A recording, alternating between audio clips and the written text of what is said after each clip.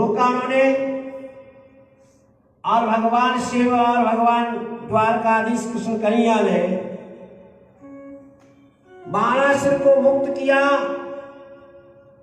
क्योंकि भगवान शिव का चेला था। पर भगवान कृष्ण कहते भगवान आपका तो चेला ही था, पर मेरे तो परम प्रिय भक्त का ये पौत्र है, पौत्र नहीं पर पौत्र है, क्योंकि प्रहलाद का पुत्र है विरोचन, विरोचन का बलि है, और बलि के आगे उन्हीं वंश में ये बाणासुर है। तो मेरे परम प्रिय भक्तों का ये परपौत्र है, इसको मैं कैसे वध करता।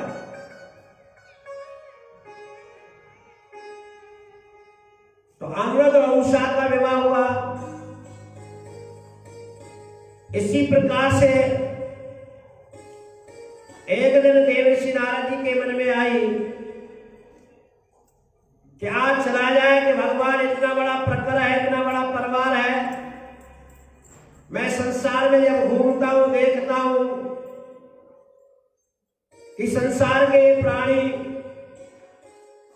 अपना किस प्रकार से दुखित रहते हैं, और भगवान की तो 16,108 रानियां हैं। तो आज मैं भगवान नारायण के, भगवान द्वारकाधीश के इस प्रकर को देख के आता हूं कैसी दृष्टि चल रही है। तो सबसे पहले भगवान की रुक्मणी जी के महल में प्रवेश करते हैं, और रुक्मणी के घर में प्रवेश करने के बाद में नारद जी भगवान से मिलते हैं। भगवान द्वारकाधीश बड़ा स्वागत और सत्कार करते हैं। भगवान कहते रहे नारद जी आप आओ तो कुछ तो पाओ। नारद जी ने कहा नहीं भगवान मुझे जल्दी है, अरे थोड़ा वो तो एक लड्डू तो पा जाओ कम से कम।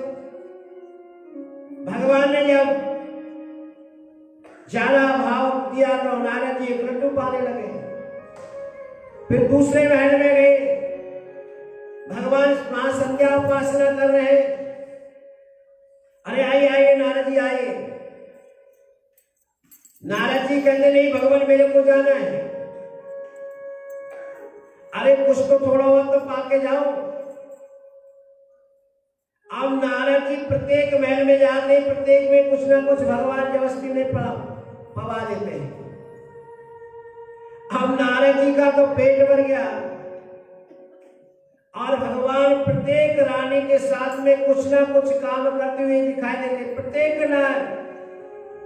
पत्नी के साथ भगवान है, प्रत्येक नारी के साथ भगवान है, प्रत्येक रानी के साथ भगवान है। प्रत्येक महल में कोई ना कोई कार्य व्यवस्था में तो नारद जी चकरा गए। अब नारद जी जब चकरा गए तो भगवान की शरण में आ गए। कहो बेटा नारद क्या हाल है? तो नारद जी कहते हाथ जोड़ के प्रभु ये तो आपका ही चमत्कार है। तो भगवान ने कहा तुम्हारा काम भजन करने का, प्रेम से मस्त होकर भजन करो। इस संसार की गृहस्थी में मत पड़ो, कौन क्या कर रहा है, जो जो कर रहा है उसे करने दो। तो सुखदेव जी महाराज कहते कि भगवान ने कहा बेटा नारद तेरी तो क्या चले, तेरे बाप के भी चंद्रमुखी है जो, वो भी मेरी माया में चकरा जाता है, तो तू तो पारा पाएगा ही नहीं। एक दिन भगवान सुखदेव महाराज कहते हैं एक जामवंती का पुत्र है शाम। शाम दुर्योधन की पुत्री है लक्ष्मणा। शाम और लक्ष्मणा को बहुत चाहता था। एक दिन शाम हस्तिनापुर पहुंच गया, और हस्तिनापुर पहुंच के लक्ष्मणा का हरण करने लगा।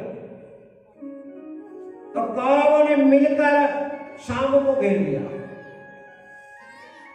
और उसे बंदी बना लिया। भगवान के सबसे बड़े सूचना वाहक पत्रकार नारद जी थे।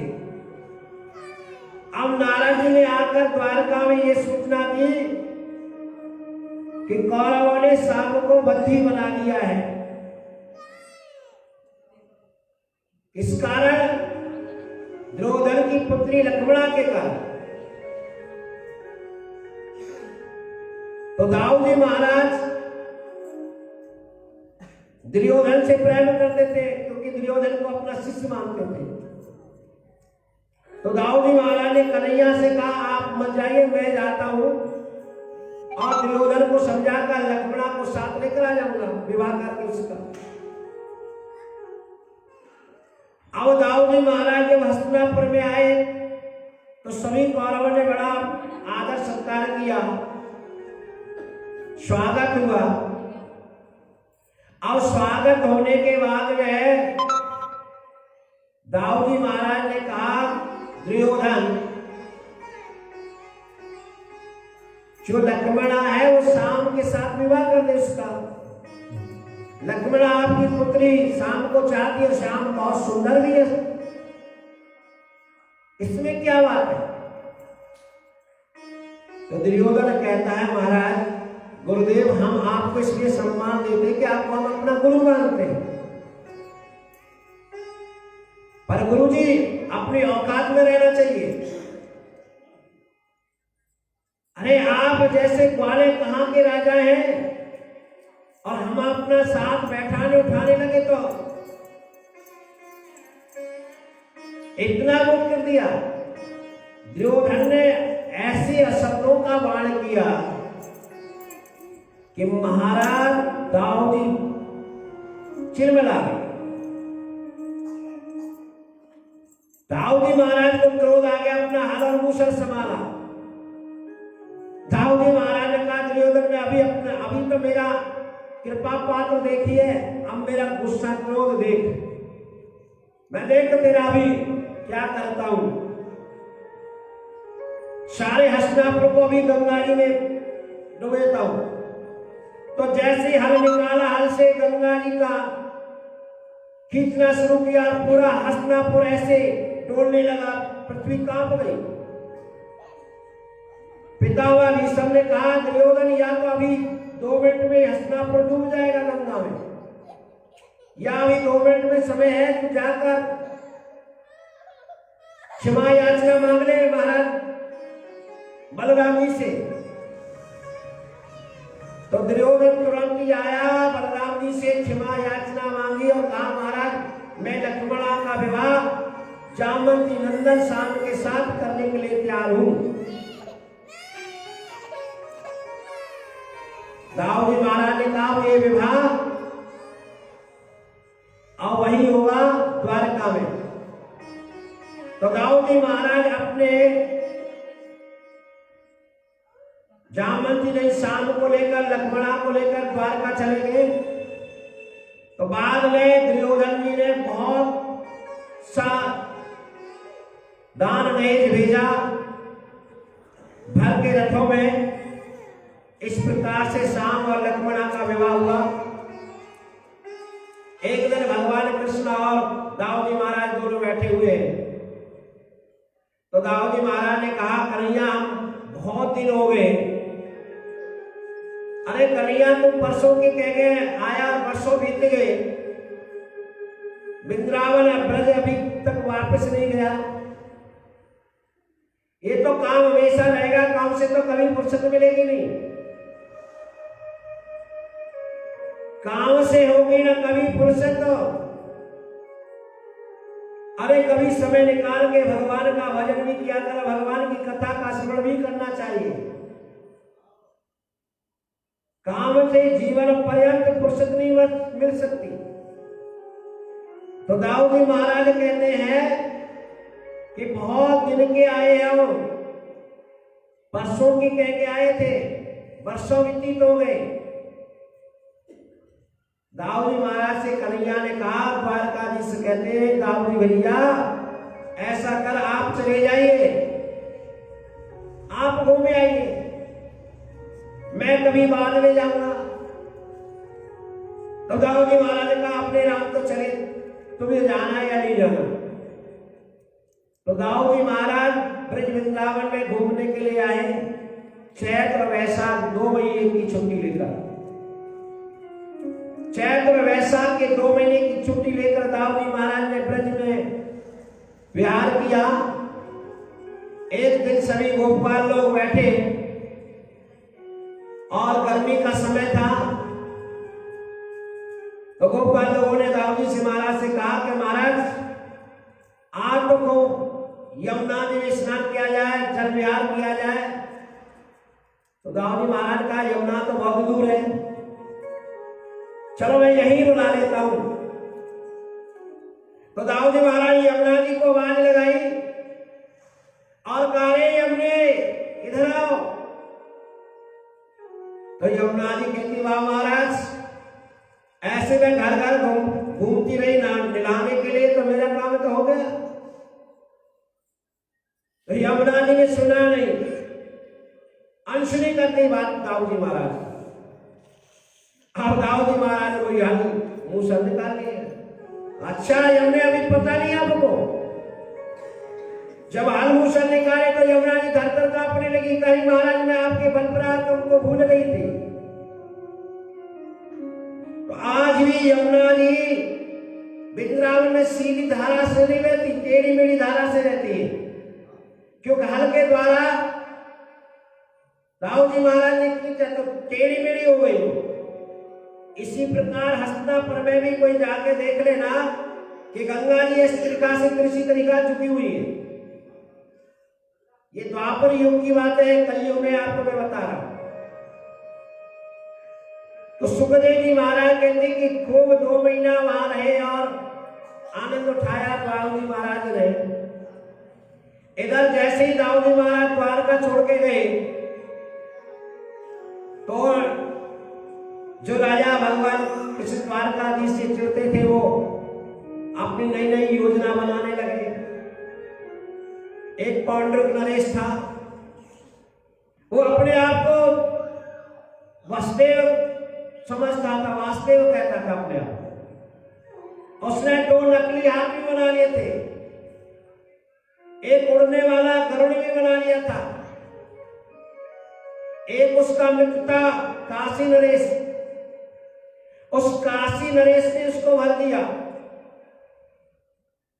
देखिए विवेक अपने से काम लेना चाहिए।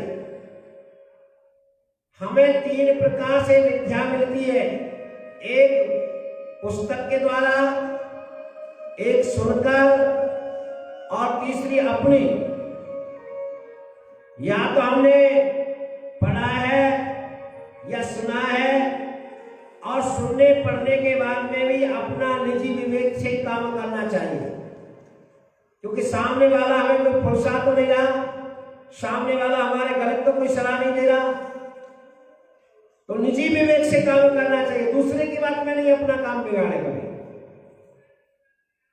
तो सुखदेव जी महाराज कहते हैं पांडुरंग नरेश को काशीपुर नामक नरेश ने ऐसा वर दिया कि मैं साक्षात भगवान, दूसरे तो नहीं हो।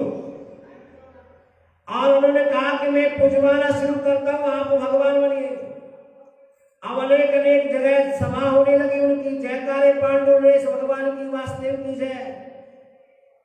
अब जनता जनार्दन है, किसी की भी जिंदाबाद बोलवा लो और किसी के मुर्दाबाद बोलवा लो। तो पांडुरंग नरेश की, वासुदेव की जय, और जय जयकार होने लगी, पूजा चढ़ने लगी। हमारा भी यही हाल है, आज किसी देवता को पूज रहे, कल किसी को पूजने लगेंगे, परसों किसी को पूजने लगेंगे। अरे एक साधे सब सद है और सब साधे सब जात। एक साधे सब सद है और सब साधे सब जात। अरे एक कोई अपना इष्ट बना लीजिए, नमन से सबको कर लीजिए। अपना मस्तक झुकाने में कुछ नहीं जा रहा, सबको मस्तक झुका लेना चाहिए, नमन कर लेना चाहिए, पर इष्ट हमारा एक ही होना चाहिए। पर ऐसा नहीं कि किसी पड़ोसी ने कह दिया अरे मेरे को भी ये फायदा हो गया वहां जाकर, मेरा ये हो गया वहां जाकर।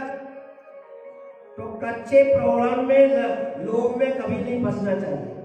अरे तुम कर्म करो, कर्म के द्वारा जो मेहनत करी है उसका फल भगवान अवश्य देते हैं। होता क्या है, कई बार ऐसा हो जाता है कि आप यहां नित्य प्रति भगवान शिव पर जल चढ़ा रहे हैं, पर तुम्हें कोई लाभ नहीं मिल रहा। कल जाकर किसी दूसरे देवता पर जिसमें हम नहीं मना रहे उसको मना लेते हैं, और हमारे जो पूर्व जन्म के पाप कर्म थे वो तो समाप्त होने वाले थे, पर भगवान शिव को छोड़कर पहुंच गए दूसरी जगह। तो फिर मिल गया तो मिला, अब ना मिल गया तुम्हारे अंदर वही बैठ गए, यही सिद्ध है, यही हमारी कामना पूर्ण करेगा। इसलिए कभी भी हमें इस प्रकार से प्रपंच में नहीं पड़ना चाहिए। हमें अपने सात्विक तरीका से, अपने भक्ति भाव के तरीका से जो शास्त्र विधि है, जो वेदों ने बताया है, जो शास्त्रों ने है, उन्हीं को पूजना चाहिए। सुखदेव जी महाराज कहते हैं कि इस प्रकार से पांडव नरेश जब अपना छत्रपति रूप धारण कर लिया, नारायण जैसा अपना नीला सब पुतवालिया नीचे से ऊपर तक वस्त्राभूषण जैसे भगवान पहनते थे, उसी प्रकार चक्र सुदर्शन पद्म धारण कर लिए। तो अब पांडु नरेश को काशीराज नरेश ने कहा, अब तुम पत्र भेजो जल्दी से द्वारका में और सिद्ध कर दो कि मैं ही वास्तविक वासुदेव हूं। तो पत्र भेज दिया, लिख दिया, पत्र में लिख के भेज दिया, ये कृष्ण डुप्लीकेट है, ये सारे अपने पद्म चिन्ह सब छोड़ दे, या तो द्वारका छोड़ के चला जाए या मेरी शरण में आ जाए। अब दूत पत्र लेकर द्वारकापुरी में पहुंच गया। अब द्वारकापुरी में जब दूत पत्र लेकर पहुंच गया, वहां सुधर्मा सभा में दूत के द्वारा वो पत्र दिया गया, ये पांडु नरेश का पत्र है। तो उद्धव जी को पढ़ने के लिए दे दिया। उद्धव जी पढ़ के हंसने लगे। उद्धव जी पढ़ के जब हंस रहे पत्र को, तो भगवान ने पूछा, उद्धव जी क्या लिखा है इसमें? तो उद्धव जी कहते हैं, भगवान आप तो नकली निकल पड़े, असली तो वास्तव वहां है, और आपसे कहा है कि ये सारे चिन्ह वगैरह सब छोड़ दे, चक्र वगैरह सब छोड़ दे, और नहीं तो मैं द्वारका आ रहा हूं। भगवान ने इस दूत से कहा, भैया ऐसा करना, अपने उस राजा को संदेश दे देना कि वह तुम्हें द्वारका आने की जरूरत नहीं, मैं खुद द्वारका आ रहा हूं। तो भगवान द्वारका से पांडु नरेश के पास पहुंचे, तो वो तो अपने मित्र काशी नरेश से कहता है, तो आ गया वो, क्या किया जाए? तो काशी नरेश कहता, भैया जब तुम भगवान बने तो कुछ तो तुम्हें परिश्रम करना पड़ेगा। अरे आगमन हो गया तो आगमन हो गया, तो तुम अपना चलाओ। तो उसने अपना जो गरुड़ बना रखा था, उस गरुड़ में अपना चाबी वगैरह जो भी उसका यंत्र था वो चलाया, उड़ने लगा गरुड़। 4 भुजाएं जो बना रखी थी वो भुजा भी चलने लगी। भगवान मुस्कुराए, वास्तविक इसने कितनी मेहनत करी होगी मेरे स्वरूप को बनाने में। तो भगवान तो बड़े दयालु है, दीन दयालु भगवान को कहा गया है। उसका धड़ तो सिर से अलग किया, पर उसे मुक्ति प्रदान कर दी। सुखदेव जी महाराज के इस प्रकार से एक दिन जरासंध की जेल खाने में राजा कैद पड़े हुए हैं, 20,886, और इधर महाराज युधिष्ठिर हैं। नारद जी के द्वारा उन्हें संदेश मिल गया कि तुम्हारे पिताजी चाहते कि मेरे पुत्र राशि यज्ञ करें। अब भगवान युधिष्ठिर भी चिंतित है कि राशि यज्ञ सभी राजाओं को परास्त करने के बाद होता है। तो एक दूत तो जो जरासंध की कैद में 20,886 राजा जो पड़े हैं, उन्होंने भेजा भगवान द्वारकाधीश के पास में कि भगवान हमें कैसे भी मुक्त कराओ। एक इंद्रदूत हस्तिनापुर से चला गया इंद्रप्रस्थ से, और वहां से पहुंचा पांडवों की तरफ से कि पांडवों ने आपको बुलाया है, ऐसी बात है।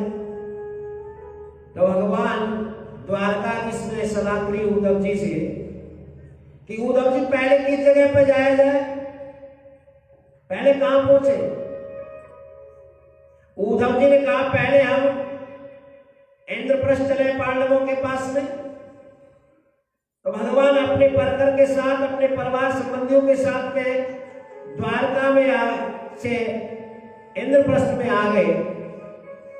इंद्रप्रस्थ में यहाँ पांडवों ने बड़े भव्य स्वागत किया भगवान का, और भव्य स्वागत के साथ में जब कुशल क्षेम सब हो गई, समाचार सब सुन लिया, तो भगवान कहते हैं महाराज युधिष्ठिर से, मैं और भीमसेन अर्जुन हम तीनों जरासंध के पास जाते कि जब तक जरासंध को परास्त नहीं करेंगे, विजय प्राप्त नहीं करेंगे, तब तक राशि यज्ञ पूर्ण नहीं होगा। तो महाराज युधिष्ठिर ने कहा प्रभु,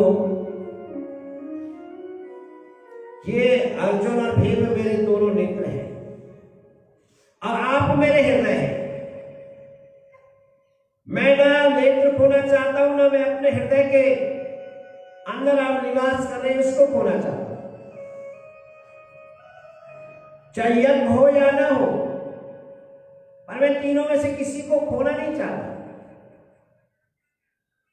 तो भीमसेन कहते हैं महाराज उन राजाओं का भी तो देखो, अरे नरबलि चढ़ा देगा जरासंध की, कितने राजाओं के आप प्राण बचाएंगे। अगर हम में से एक भी चला गया तो कोई बात नहीं। भगवान ने समझाया युधिष्ठिर जी महाराज ये जीवन क्षणिक जीवन है, क्षणभंगर का जीवन है, और इस क्षणिक जीवन से किसी प्रकार किसी के हम काम आ जाते हैं या जीवन दान दे देते हैं, तो इससे ज्यादा हमारी और क्या प्रशंसा होगी, क्या इस देह का बनेगा महाराज। क्योंकि ये देह तो सब बेकार है, मरने के बाद कोई नहीं पूछता इस देह को। और राजाओं की हमने जान बचा ली तो महाराज आपका कल्याण और राशि यज्ञ होगा। तो महाराज युधिष्ठिर ने कहा जब आपकी ऐसी इच्छा है तो बिल्कुल अवश्य जाइए। तो तीनों पहुंच के किसके वेश में, ब्राह्मणों के वेश में, ब्राह्मणों के वेश में पहुंचे तीनों। भोजन का समय था, जरासंध इंतजार में था, कोई भी अतिथि, कोई मेहमान, कोई ब्राह्मण आए, प्रमुख द्वार से न जाकर प्राचीन से छलांग कर गए। ब्राह्मण के रूप में है, जरासंध अनन्य भक्त है ब्राह्मणों का, क्योंकि जब से भगवान को परास्त किया तब से जरासंध अनन्य भक्त बन गया ब्राह्मणों का। जब तीनों पहुंच गए तो स्वागत के लिए खड़ा हो गया, आओ आओ स्वागत है ब्राह्मण देवताओं, आप भोजन करें, आपको कोई दान दक्षिणा चाहिए तो दान दक्षिणा मांगे। तो भगवान ने कहा हमें आप वचन दीजिए, हमें दक्षिणा मिलेगी, अवश्य मिलेगी, चाहे आप मेरा सिर मांग लो। भगवान ने कहा हमें मल्ल युद्ध चाहिए, द्वंद्व युद्ध चाहिए। तो उनकी कलाओं से वो पहचान तो गया जरासंध, ये धनुष की प्रचंडता से कलाइयां इनकी दिखाई दे रही है, ये साधारण कोई ब्राह्मण तो है नहीं। फिर भी ब्राह्मण वेश में आए तो मैं अवश्य इनको मांगने आए तो अवश्य दूंगा। तो भगवान परिचय कराते हैं, ये अर्जुन है और ये भीमसेन है, ये मेरे दोनों भाई हैं, मैं इनके मामा का लड़का हूं, आपका पुराना शत्रु कृष्णा। अरे अरे हाँ, तो भाग गया वही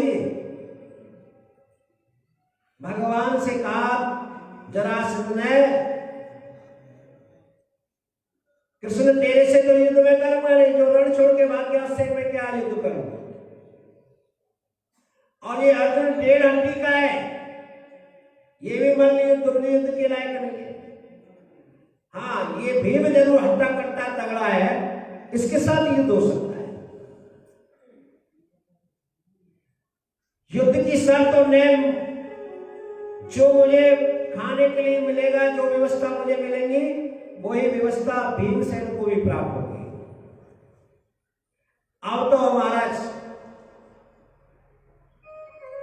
पहुंच गए गांव, राजधानी से बाहर अखाड़े में, वह सारी व्यवस्था हो गई। दोनों में रोजाना युद्ध हो, बड़ी मनयोग के द्वारा। और शाम को जितनी व्यवस्था जरासंध की, उतनी भी भीमसेन की।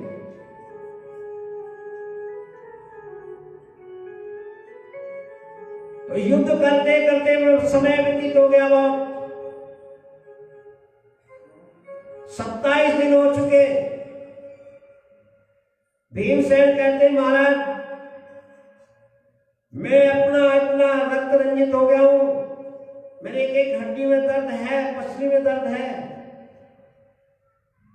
मुझे लगता है प्राण बचेंगे नहीं, ये जरासंध मुझे मार देगा। तो भगवान ने कहा, भीमसेन जी, कुछ युद्ध जब करते हो तो कुछ थोड़ी बहुत हमारी तरफ भी देख लिया करो। हो सकता है एक दांव पे छवि कोई बता दे आपको,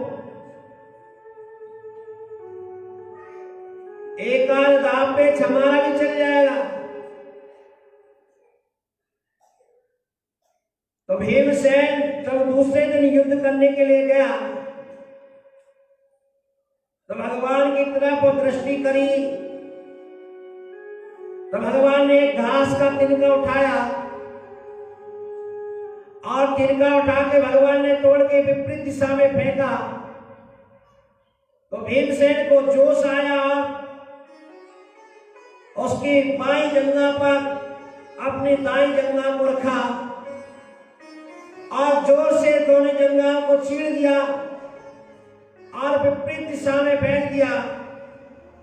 तो जरासंध का वध हो गया, जय जयकार होने लगी वहां। इस प्रकार से जरासंध का वध हुआ। सुखदेव जी महाराज कहते हैं, जरासंध के पुत्र का नाम सहदेव था। सहदेव को भगवान ने राज तिलक किया, सब राजाओं को कारागृह से, जेल से मुक्त कराया। सब राजा भगवान की शरण में गिर गया, दंडवत प्रणाम कर रहे हैं। भगवान कृष्ण ने कहा, सब पहुंचो राशि यज्ञ में, वहां महाराज युष्टक का सहयोग करना। और सुखदेव जी महाराज कहते, राशि यज्ञ की तैयारियां प्रारंभ हो गई। सबसे पहला प्रश्न आया, अग्र पूजा किसकी की जाए, सबसे पहले पूजा किसकी हो।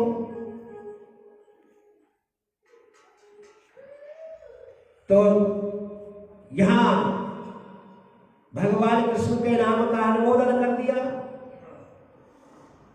प्रस्ताव रखा 6 देव ने, और वहां अनुमोदन किया पितामह भीष्म।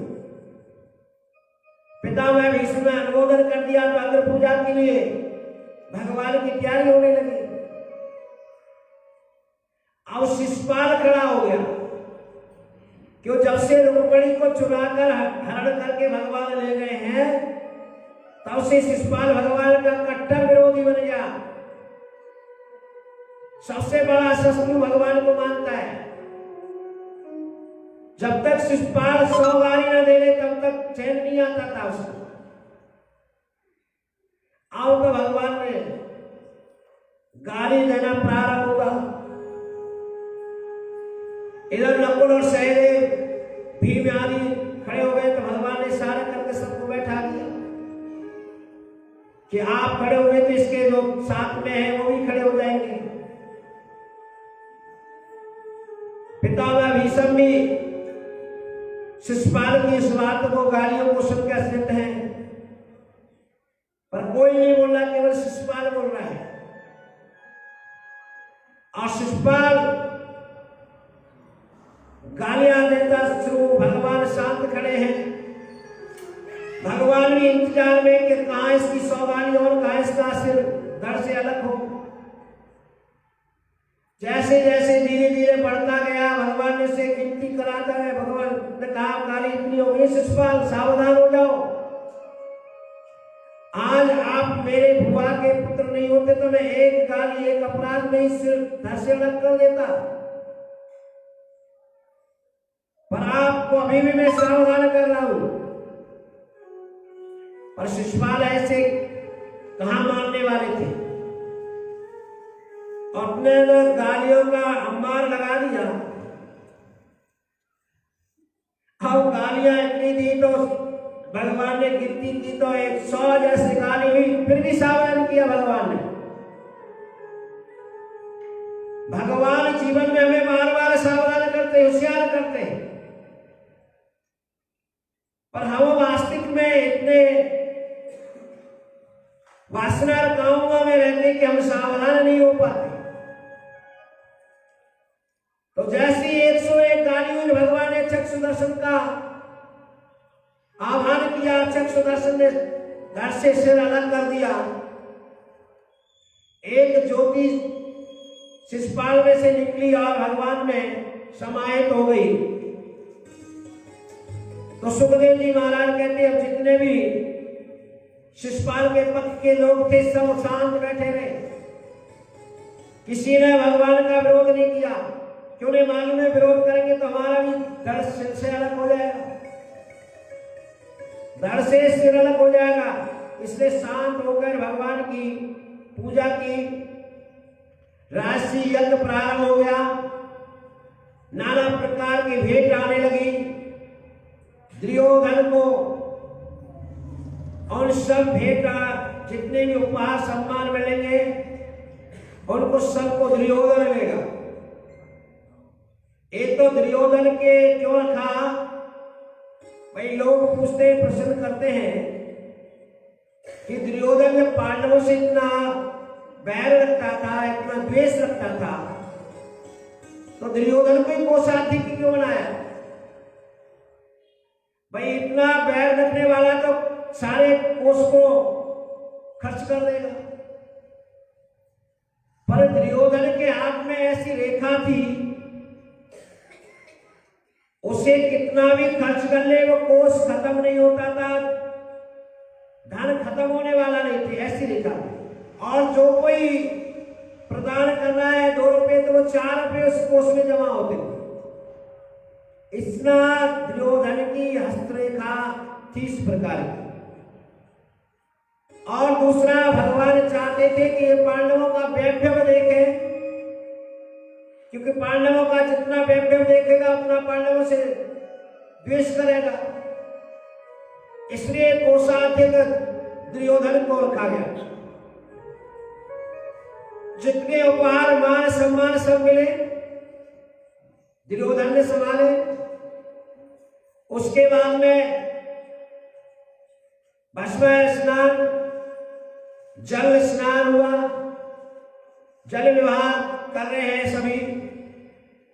और जल विहार में पांडव भी है, कौरव भी है, भगवान द्वारकाधीश भी है। एक दूसरे पर जल उलीच रहे हैं, छाल रहे हैं। अब परंतु बार बार दुर्योधन द्रौपदी की तरफ आए जल क्रीड़ा करने के लिए। आप द्रौपदी तो अपने पतियों की तरफ नहीं देख रहे, केवल नारायण की तरफ देखती है। जल विहार जल क्रीड़ा वो कर रही है तो केवल नारायण के साथ कर रही है, पांडवों के साथ भी नहीं कर रही। तो दुर्योधन जैसों के साथ कैसे करेगी? तो सुखदेव जी महाराज कहते हैं दुर्योधन चाहता था कि कुछ तो जल मेरे ऊपर द्रौपदी छिड़के, जिससे मेरे काम अग्नि प्रकट है वो शांत हो। पर एक दृष्टि, एक जल की बूंद तक द्रौपदी ने उस पर नहीं डाली। जल विहार होने के बाद में जब सब निकले वस्त्र आदि पहन के, सब यज्ञ संपन्नता की तरफ जा रहा था, दुर्योधन आया। पांडवों ने इस तरीका से महल बनाए थे कि जल की जगह थल दिखाई दे, थल की जगह जल दिखाई दे। तो यहां प्रसंग आता है कि भीम और द्रौपदी ऊपर खड़े हुए थे। जब दुर्योधन को जल दिखाई दे रहा था, जहां तो वस्त्र उठा लिए वहां सूखा था, और जहां सूखा था वहां उसने वस्त्र दे दिए, और वैसे जल्दबाजी में था विदा होने की में, तो घबरा कर वो गिर गया। अब द्रौपदी और भीमसेन इसको देखकर हंसने लगे। उसी समय से महाभारत की चुनौती हो गई। सुखदेव महाराज कहते हैं यज्ञ संपन्न होने के बाद में द्वेष करने वाला दुर्योधन अपने मामा शकुनी के साथ मिलकर युद्ध क्रिया की और युद्ध क्रिया में पराजित किया।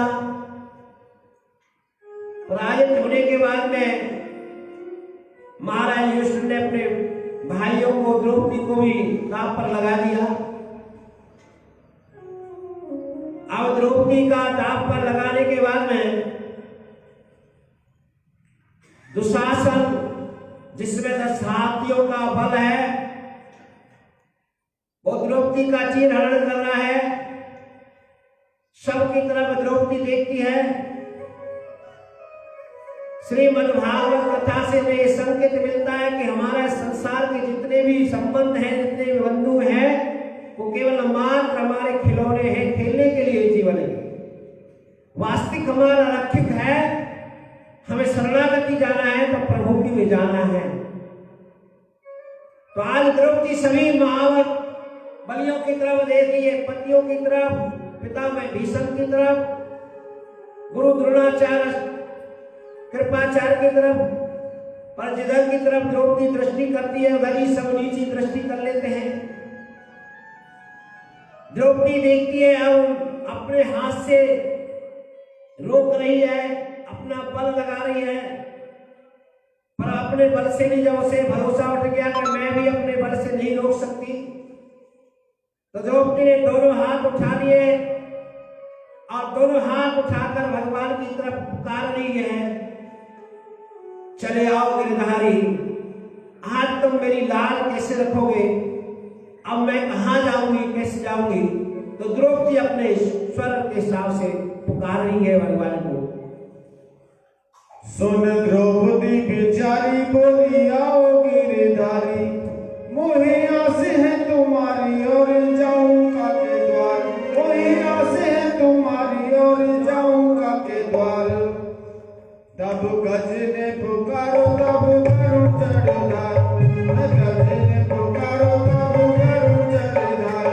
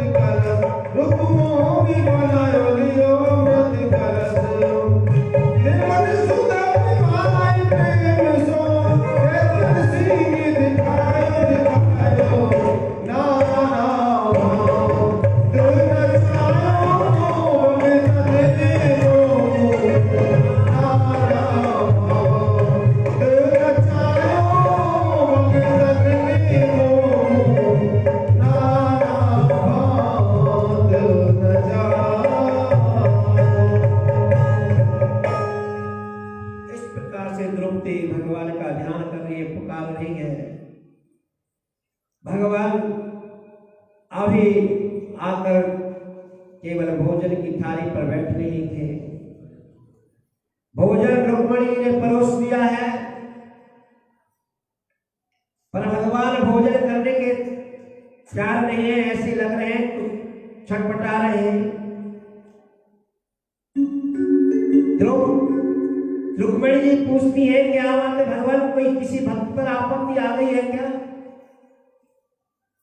बल्कि हाँ, पर अभी मुझे वो पुकार नहीं रही।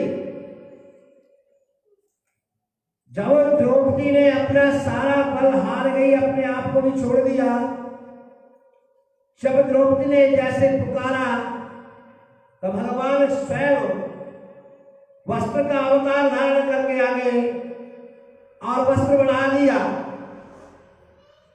और दुशासन अपना वस्त्र खींच रहा है, पर आज वस्त्र समाप्त नहीं हो रहा।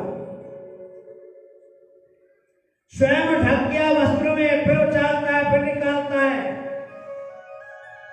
सब सभा बैठी देख रही है।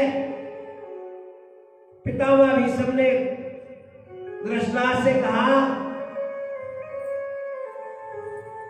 इसको रोको, नहीं तो अभी जो वस्त्र बना रहा है वो यहां आ गया तो हम सबको समाप्त कर देगा। इससे क्षमा याचना मांगो। धृतराष्ट्र ने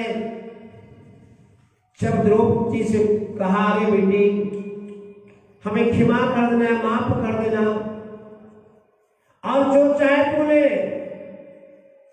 द्रौपदी का ध्यान जैसे भगवान की इस प्रार्थना से, तीन पुकार से छूटा, धृतराष्ट्र की तरफ गया तो वस्त्र आते हुए रुक गया।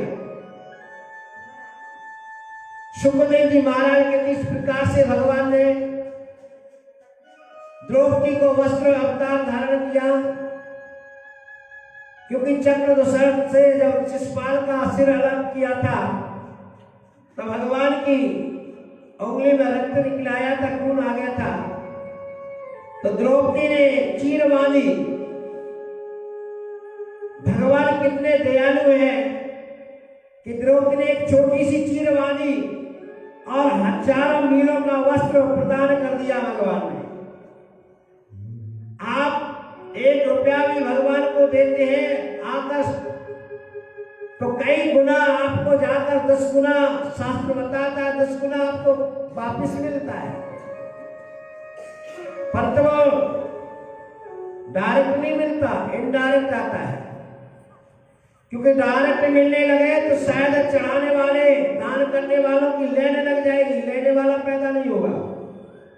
इसलिए भगवान ने ऐसी व्यवस्था कर रखी है कि भगवान ने डायरेक्ट नहीं, इनडायरेक्ट में देना शुरू किया है, जिससे लोगों को लगे कि जा रहा है पर यहां से कुछ नहीं आ रहा।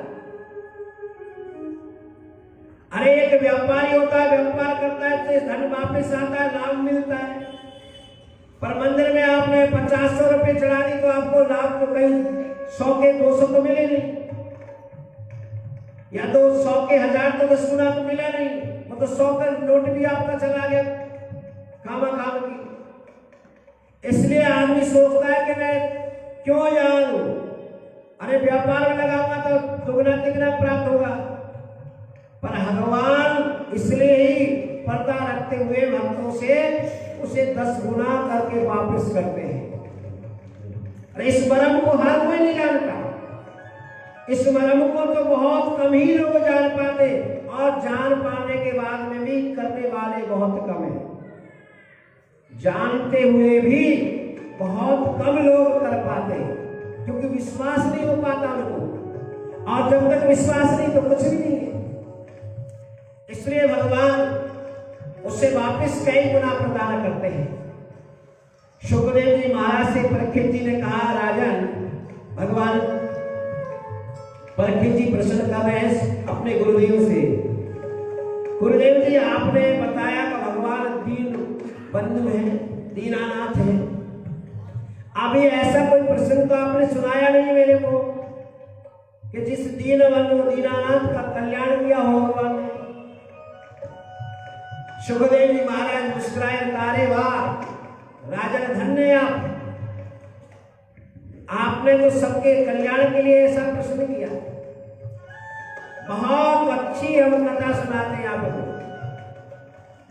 भगवान द्वारकाधीश कृष्ण के परम प्रिय मित्र हैं सुदामा जी। सुदामा और भगवान द्वारकाधीश दोनों एक ही विद्यालय में, एक ही गुरु जी से विद्याध्ययन किया है। तो विद्याध्ययन उन्होंने किया है, पर भगवान तो स्वयं द्वारकाधीश है और सुदामा जी दीन है। सुदामा जी की बड़ी बड़ी प्रशंसा की है। वैसे तो यहाँ सुखदेव जी महाराज ने संतुष्टि ब्राह्मण है, ज्ञानी ब्राह्मण है, और जितना जैसा मिल जाए उसमें सदा प्रसन्नचित रहते, खुश रहते हैं, कभी किसी से याचना नहीं करते। पर सुखदेव जी महाराज ने सुदामा जी की पत्नी को दर्द कहा है, सुदामा जी को दर्द नहीं बताया, क्योंकि वो याचना करने के लिए द्वारकाधीश के पास भेजती है। तो भगवान एक दिन सुदामा जी बैठे हुए हैं, उनकी पत्नी सुशीला अपने पतिदेव सुदामा से कहती है, अरे मैंने सुना है आपके मित्र कन्हैया है, कृष्ण है। बल्कि हाँ, मेरे मित्र हैं, बालपन के मित्र हैं। तो आपने तो कभी अभी तक बताया नहीं, तो आपको किसने बताया देवी? सुशीला ने कहा, मेरे को एक संत ने बता के गए।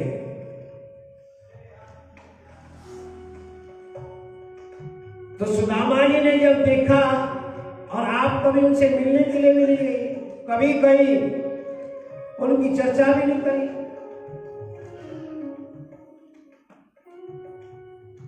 तो सुदामा जी से सुशीला कहती है, अरे कम से कम एक बार तो अपने मित्र से मिल के आओ। सुदामा जी कहते हैं, देवी मिलने का तो मेरा भी मन बहुत करता है, पर वह पता नहीं वो कहाँ है कहाँ नहीं है, समय मेरे को मालूम ही नहीं है। तो सुशीला ने कहा, पता मैं बता दूंगी, इस समय वो द्वारका में है, द्वारकाधीश है। तो जब इस प्रकार सुना तो सुदामा के मन के अंदर भी उत्कंठा जागृत हो गई। अयम ही परमो धर्म लाभ उत्तम श्लोक दर्शनम। आजकल मैं अपने उस बाल सखा की चारों तरफ प्रशंसा सुन रहा हूं, तो मैं अपने मन में उनके दर्शन की उत्कंठा, मैं दर्शन का लाभ तो प्राप्त करूंगा। पर सुशीला से कहा, जब तू बता रही है द्वारकाधीश है, मेरा मित्र है वो, अरे अपने मित्र के यहां मैं इतने समय के बाद जाऊंगा, अरे किसी के यहां जाए तब कुछ ना कुछ जरूर ले जाना चाहिए।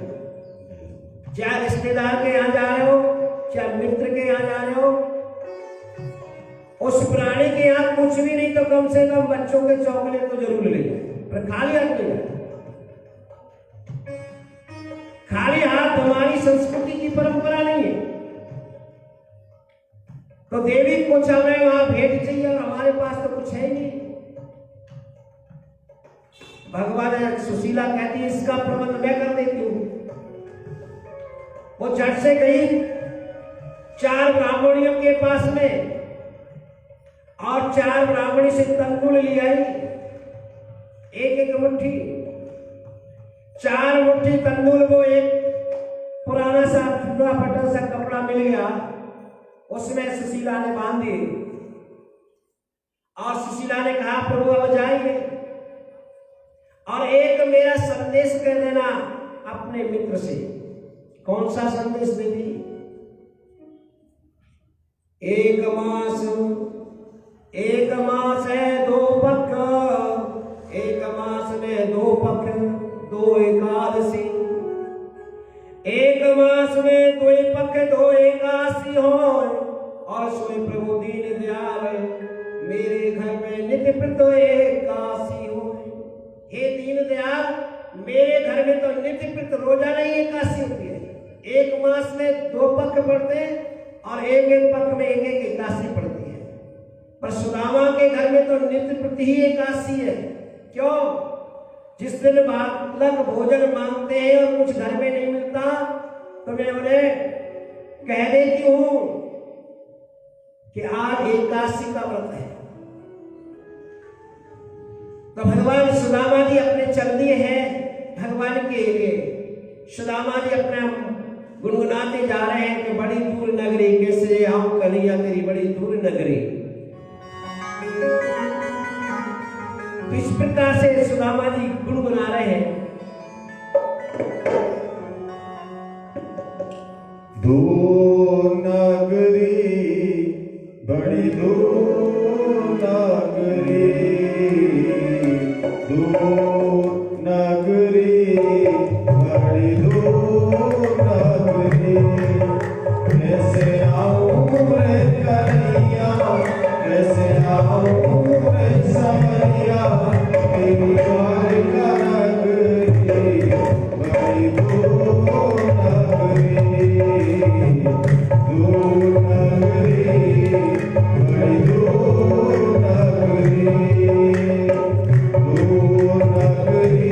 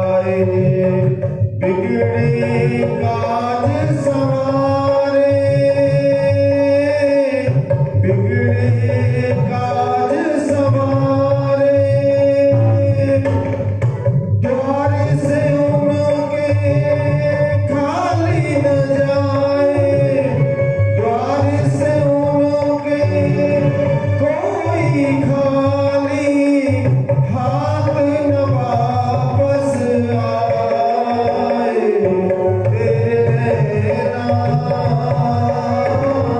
क्यों भर आए, तेरे नैना क्यों भर आए, तेरे नैना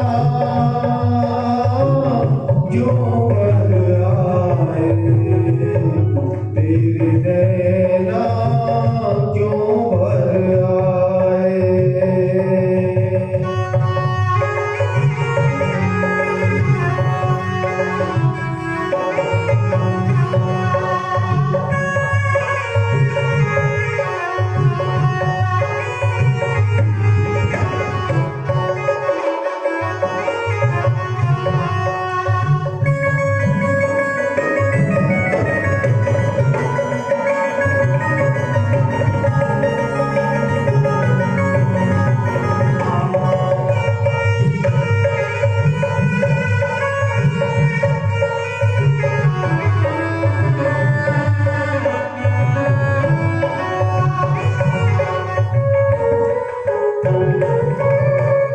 जीवन की ये धूप ये छाँव है, सब है खेल तमाशा,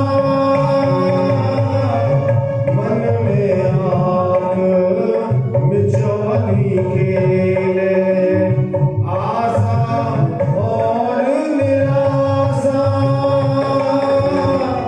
आज है दुख तो कल सुख होगा, आज है दुख तो कल सुख होगा, काहे नीर बहाए, तेरे नैना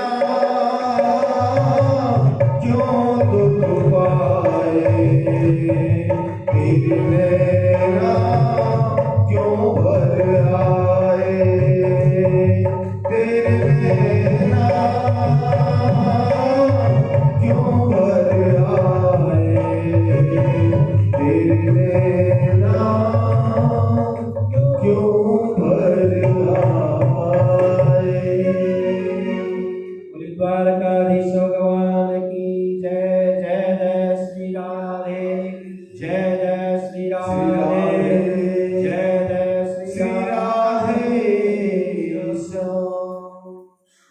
तो तेरी दूर नगरी काना, तेरी बड़ी दूर नगरी, कैसे आऊं रे कन्हैया तेरी बड़ी दूर नगरी। तो सुखदेव जी महाराज कहते इस प्रकार से गुनगुनाते हुए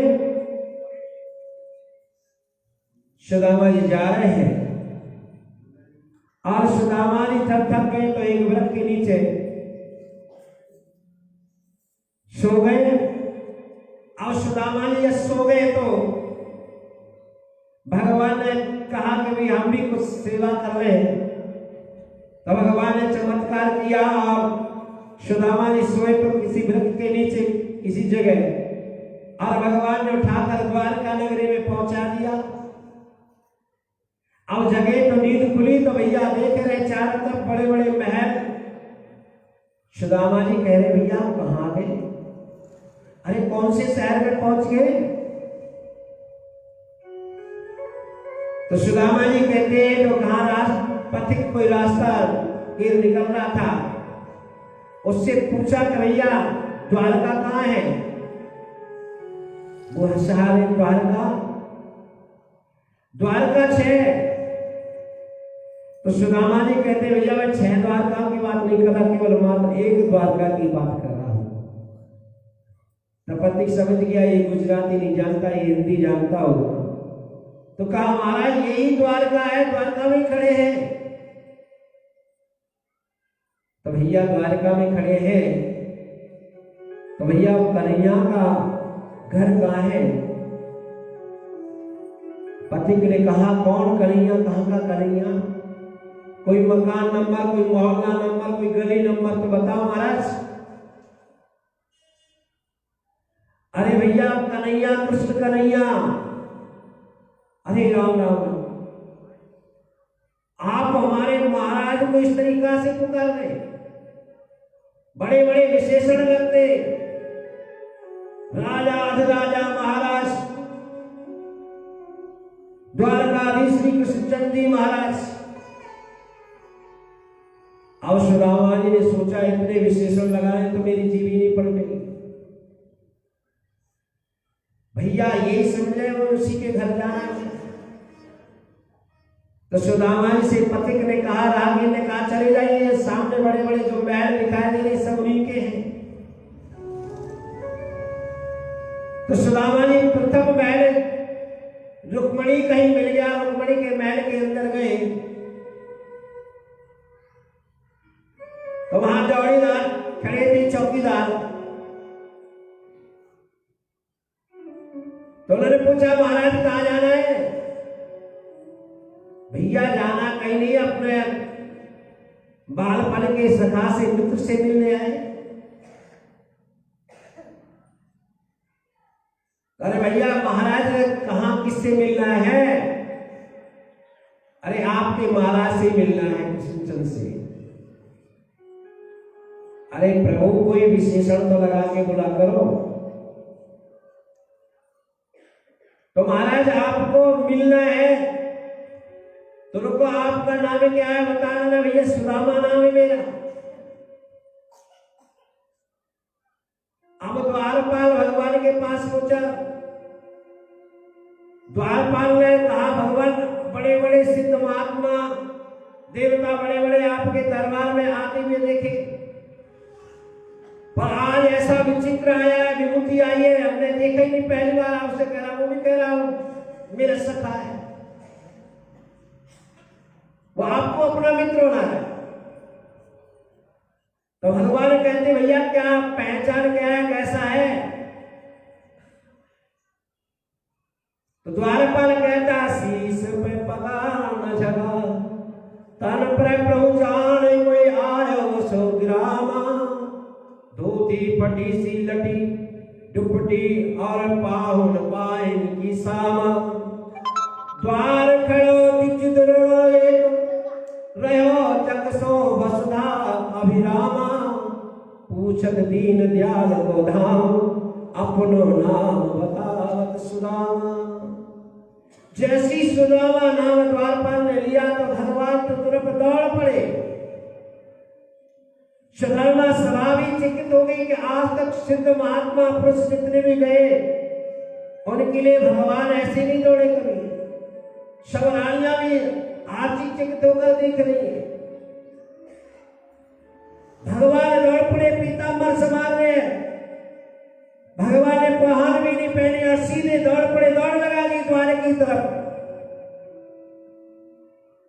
सब भगवान के पीछे पीछे दौड़ रहे हैं। आज तो कोई बड़ी विभूति आई है। भगवान ने सुदामा जी को अपने आंचल में भर लिया। ऐसे मानो कोई पता नहीं भगवान को क्या प्राप्त हो गया हो। ऐसे ही भगवान को सुदामा जी ने अपने आंचल में जोर से भर लिया। दोनों मित्र ऐसे मिल रहे कि पता कितने युग बीत गए हो।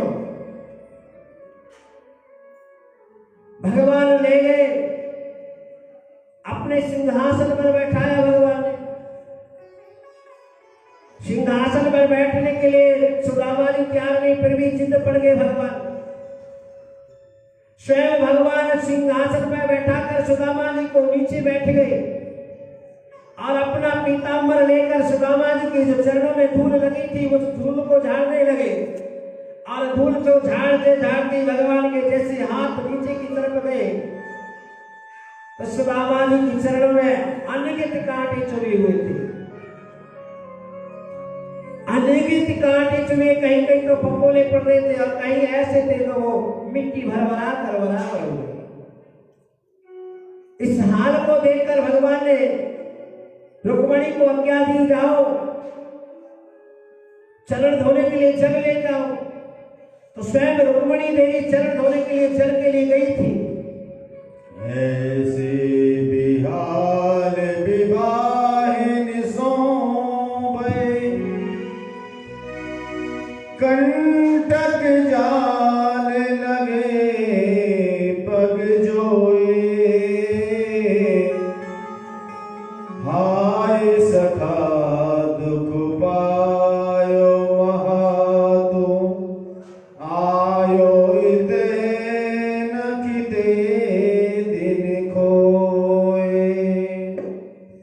देख सुदामा की दीन दशा, करुणा करके करुणा निधि रोए, पानी परात को हाथ छुओ नहीं, नैनन के जल सो पग धोए, नैनन के जल सो पग धोए। सुदामा जी की जब दीन दशा देखी भगवान ने, पानी परात सो हाथ नहीं छुओ। अरे पानी तो आने का मतलब ही नहीं रहा। जब तक रुक्मणी पानी लेकर आती तो गंगा यमुना नाम की दोनों नदी भगवान के नेत्रों से जलधारा में प्रवाहित हो गई, और जलधारा में जब भगवान की इन दोनों नदियां प्रवाहित हुई तो सुदामा जी के चरण प्लाक्षण हो गए, और सुदामा जी के चरण जैसे धोए, चरणों में किया। रुक्मणी से कहा जाओ सबको चरण दे दो। सुदामा जी को वस्त्र अलंकार सब दिया, स्वादिष्ट 56 प्रकार के 36 प्रकार के व्यंजन भोजन कराए, और भोजन कराकर भगवान विचार कर रहे कि यहाँ सिंहासन पर शायद मेरा मित्र संकुचित हो रहा होगा।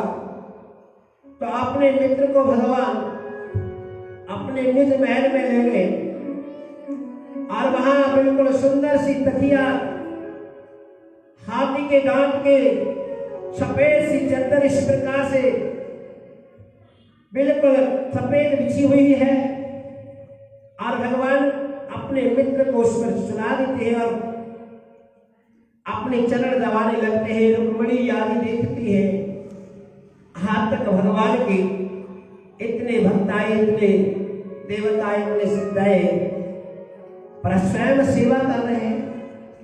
रुक्मणी ने देखा जब मेरे स्वामी चरण दबा रहे तो मुझे भी कुछ सेवा करनी चाहिए।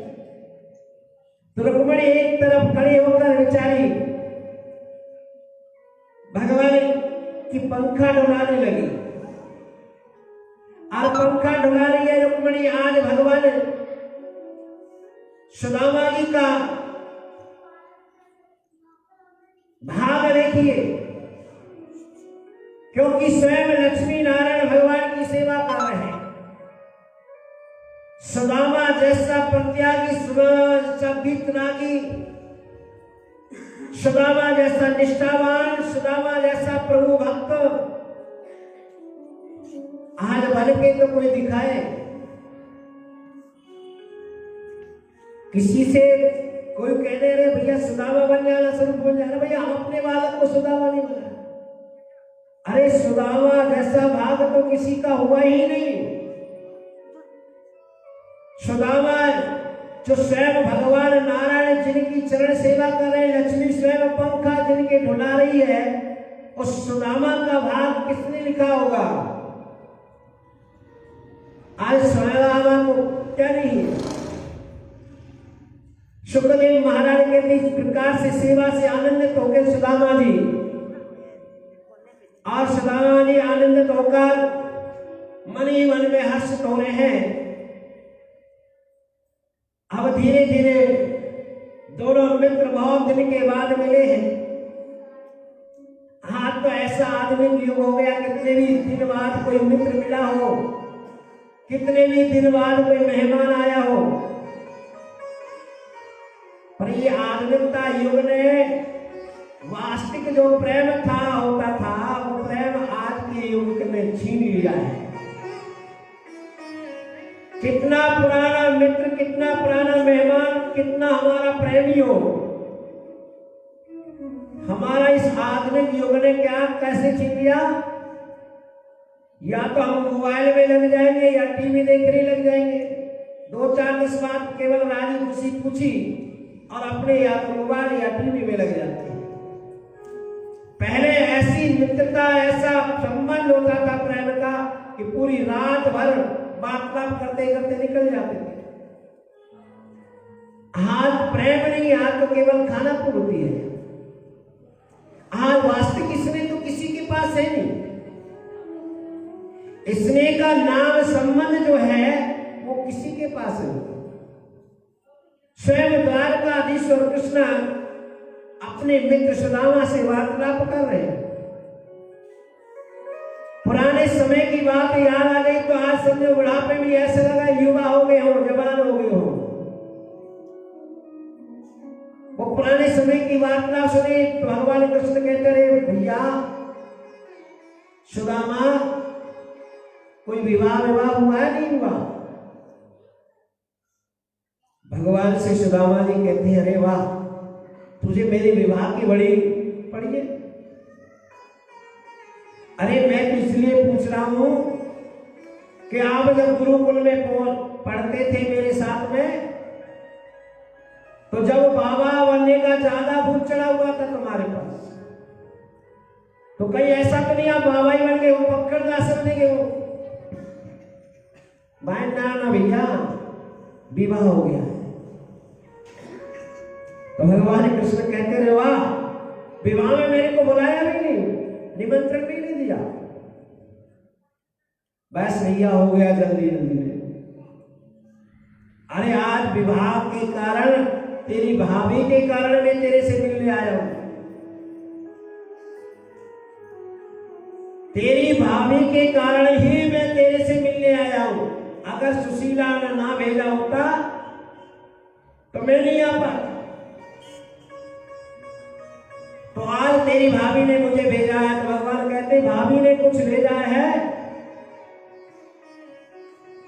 तो भाभी ने जब आपको भेजा है तो मेरे लिए भी कुछ जरूर भेजा होगा भेंट। अरे भैया, हमारे जैसे लोगों पर तुम्हारे राजाओं के जैसे भेंट है। तो भगवान कहते हैं, सुदामा तो जो पुरानी बात याद है जो गुरुजी के आप पढ़ते थे? हाँ भैया, हमें सब याद है।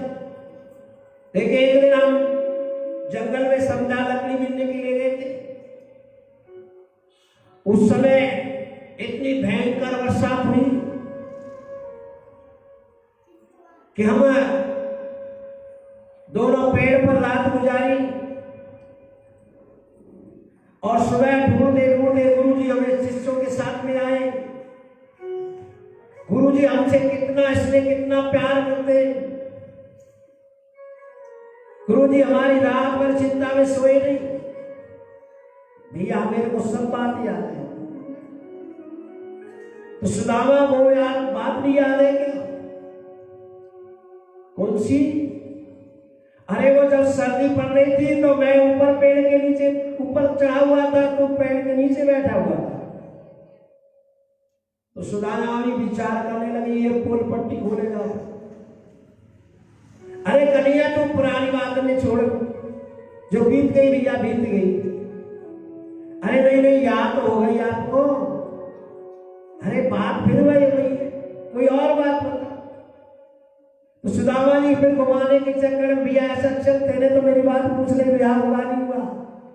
पर तू तो बता दे, तेरा ब्याह हुआ नहीं हुआ? भगवान द्वारकाधीश मुस्कुराए, कहा मैं इकट्ठा ही बता दूंगा, पर तू वो बात तो बता पहले। सुदामा जी कहते, फिर वही बात में आ गया घूम फिर के। यही मित्रता का भाव होता है। मित्रता का भाव ही ये होता है कि सुदामा जी अपनी बात को, पोटली को छुपाने चाहते, भगवान छुपाने नहीं देना चाहते। तो सुदामा जी से भगवान कहते कि आज भी भैया तू पुरानी आदतों को नहीं छोड़ा। ये तेरी पुरानी आदत थी पहली, वो आदत आज भी नहीं बदल रहा। अच्छा, मैं देख रहा हूं भैया सुदामा कि तू बहुत देर से एक हाथ ऐसे करके बैठे हो, क्या बात है? अरे भैया, जब इतनी बड़ी रास्ता यात्रा हुई है तेरे यहाँ द्वारका आवेगी, तो थोड़ा बहुत तो कोई हाथ बाप में दर्द है, मान के हाथ में दर्द है भाई ना, थोड़ा बहुत तो वैसे ही। अरे हम अपने नाम वैसे ही पैर दबाने लग रहे, बता भैया के हाथ में दर्द है।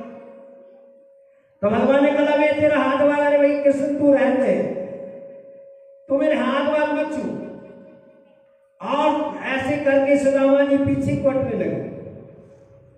भगवान समझ गए कि ये देने वाला नहीं है, तो भगवान कहते रहे सुदामा लाते रहे, जब हाथ नहीं दर्द तो मुझे हाथ ही दबाना चाहिए, पैर में भी तुम्हें दबा रहा था होता।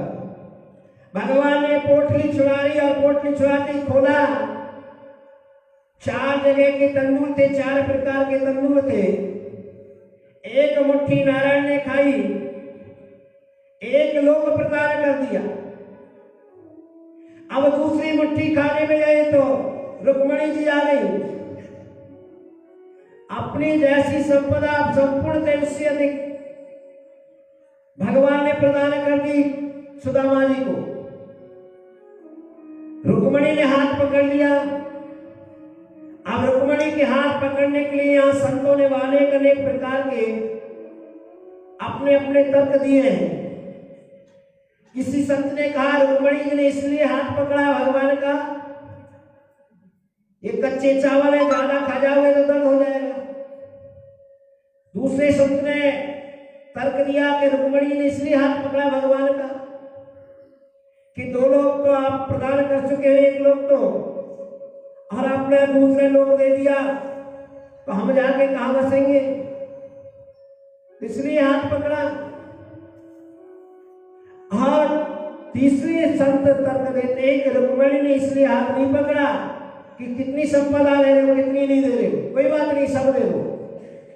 रुक्मणी ने हाथ इसलिए पकड़ा कि ये विभूतियों का संत महाराजों का प्रसाद है, इसे सबको वितरण करके घर में खाना चाहिए, तो इसलिए रुक्मणी ने हाथ पकड़ा। सुखदेव जी महाराज कहते जब भगवान ने पा लिया तो रुक्मणी भगवान ने कहते अपने यहां सुदामा जी से कि सुदामा जी कोई भाभी ने मेरे लिए संदेश तो भेजा होगा, तो संदेश वही था, 1 मास 2 पक्ष, 1 मास 2 पक्ष 2 एकादशी हों, सो प्रभु दीन दयाल के नित्य प्रत दीनी मोय, सोए प्रभु दीन दयाल ने नित्य प्रत दीनी मोय। तो भगवान कहते हैं होनी सो हो गई, अब ना ऐसी होए। भगवान ने कहा अरे भाभी होनी सी तो हो गई, अब ऐसी ना हो, भाभी तेरे भवन में नित्य द्वादशी हो, भाभी तेरे भवन में नित्य द्वादशी हो। तो सुदामा जी को देखते हुए पता नहीं लगा, भगवान ने बहुत सेवा की, सुदामा जी को अपने विवाह के बारे में बताया तो सावधान हो गए सुदामा जी, अरे राम राम, मैं तो एक विवाह के चक्कर में इतना घूम फिर रहा हूं, और जिसके इतनी रानियां, वो बेचारा कैसे अपना समय पास कर रहा होगा। सुदामा जी बहुत सरल ब्राह्मण है। अब स्वयं सुदामा जी को कृष्ण पर दया आने लगी, मित्र के दुख में दुखी होने लगे सुदामा जी। तो सभी रानियां सुदामा जी की इस बात को लेकर मुस्कुरा रही है, और भगवान कहते हैं सुदामा ये सभी तेरी भाभियां हैं, आशीर्वाद प्रदान कर दे। अब आशीर्वाद प्रदान करने के लिए सुदामा जी ने जब हाथ उठाया, पुत्रवान भाव, सौभाग्यवती भाव और करते रहे, रानियां आती रही। तो भगवान से सुदामा जी कहते भैया बता दे कितने विवाह करें, बड़ी आशीर्वाद देते रहो, मिलते रहो। अब 1000 2000 तक सुदामा जी ने गिना, हाथ थक गया, जवान भी रुक गई, पुत्रवान भाव, सौभाग्यवती भाव, यशस्वीमान भाव। अब तो भगवान श्री कृष्ण से कहा सुदामा जी ने भैया ऐसा कर, तू इनको राजा ने तेरी रानी इकट्ठे ही में आशीर्वाद तेरे को दे देता हूं। तो भगवान कह रहे अरे ये रूठ नहीं जाएंगे, और बाली भैया मेरे हाथ थके, तू आशीर्वाद इकट्ठे ही ले ले, तेरे सबके बराबर है जाए। माने ठीक है। तो भगवान को आशीर्वाद प्रदान किया। सुदामा जी कहते भैया अब तो मैं घर चलूंगा, क्योंकि बहुत देर हो गए, तेरी भाभी इंतजार कर रही होगी। सुदामा जी को भगवान ने दुराग्रह नहीं किया, रोका नहीं, और सुदामा जी को बड़े भाव से साथ में भगवान ने विदा कर दिया। सुदामा जी अपने मनोभावों को प्रकट करते हुए अपने द्वारकापुरी से सुदामापुरी पहुंच गए, और सुदामापुरी में पहुंचकर सुदामा जी विचार कर रहे कि मेरी तो यहाँ एक झोपड़ी थी, जो अभी मैंने कथा में 10 मिनट पहले आपको बताया था कि भगवान डायरेक्ट नहीं इनडायरेक्ट देते हैं। सुदामा जी को मालूम नहीं पड़ा। सुदामा जी बार बार विचार कर रहे किसने 2 मुट्ठी चावल तो खाने के लिए 50 बार पूछ लिया, पर देने के लिए बात एक ही बार नहीं करी। तो सुदामा जी इस स्वभाव के साथ भी गए, पर सुदामा जी साथ साथ में अपने मित्र की प्रशंसा भी करते जा रहे हैं। अरे देख कितना मेरा अच्छा मित्र है, मेरे बालपन का मित्र था, इतना बड़ा महाराज बनने पर भी मुझे पहचान लिया, और पहचाना नहीं, मुझे अपने सिंहासन पर बैठाया, अपने इस महल में सुलाया। इस प्रकार से भाव भी प्रकट करते पहुंचे। तो यहाँ देखते हैं सुदामा जी की जो पर्ण कुठी थी, वो कुठिया दिखाई नहीं पड़ रही। सुदामा जी कहते भैया मैं द्वारका में दोबारा आ गया हूँ, या मैं कुछ भूल रहा हूँ, या मेरी बुद्धि चकरा रही है। इसलिए ऊपर से झकोरे से सुशीला ने सुदामा जी को देख लिया। अब सुदामा जी 16 श्रृंगार करके सुशीला आ रही है, सोने के थाल में आरती सजाकर, और जयकारे सुदामा जी के लग गए, सुदामा महाराज की जय। और सुदामा जी मित्र के दूसरा कोई सुदामा राजा होगा जिसके जयकारे लगे, अपने राम तो फटकनंद है, फटकनंद गिरधारी है, लोग अपनी लोटा थाली। तो सुदामा महाराज की जय के जयकारे बोल रहे हैं, तब भी सुदामा जी को कुछ होश हवास नहीं। सुशीला आती है, सुशीला अपने पति की तरफ आरती का थाल लेकर पहुंचती है। सुशीला से दूर भागते कोने में जाकर सुदामा जी खड़े हुए।